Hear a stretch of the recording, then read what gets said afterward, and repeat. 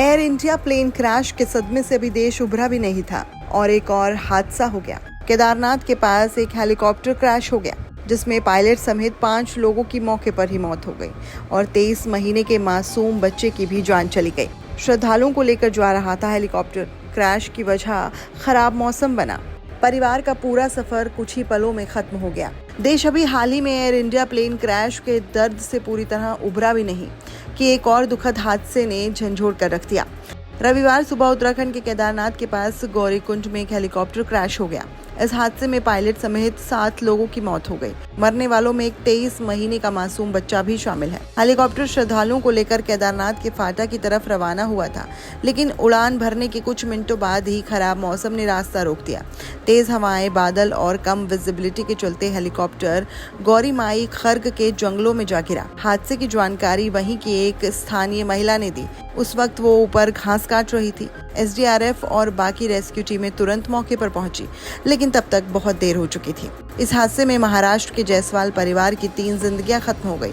इसके अलावा विनोद नेगी और विक्रम सिंह रावत नाम के 2 स्थानीय लोग और पायलट कैप्टन राजीव के भी हादसे में जान चली गई। सबसे दर्दनाक बात ये थी कि शव बुरी तरह से जल चुके थे। पहचानना मुश्किल था। हेलीकॉप्टर की कंपनी का नाम आयरन एविएशन है और ये हादसा एक बार फिर से हवाई यात्रा की सुरक्षा पर सवाल खड़ा कर गया। और ये कोई पहला मामला नहीं था। 7 जून को भी एक हेलीकॉप्टर में तकनीकी खराबी के चलते रुद्रप्रयाग गौरीकुंड हाईवे पर इमरजेंसी लैंडिंग कराई गई थी। उस वक्त पायलट की सूझबूझ से 5 यात्रियों की जान तो बच गई थी, लेकिन उस लैंडिंग में हेलीकॉप्टर की टेल पूरी तरह से टूट गई थी और आसपास खड़ी गाड़ियां और दुकानों को भी नुकसान पहुंचा था। एक तरफ एयर इंडिया की फ्लाइट हादसे का मामला भी ठंडा भी नहीं हुआ था, जिसमें 241 लोगों की जान चली गई और न जाने कितने परिवार बिखर गए। और अब ये हेलीकॉप्टर हादसा फिर से बता रहा है कि हवाई सेवाओं की सुरक्षा अब सबसे बड़ी ज़रूरत बन गई है।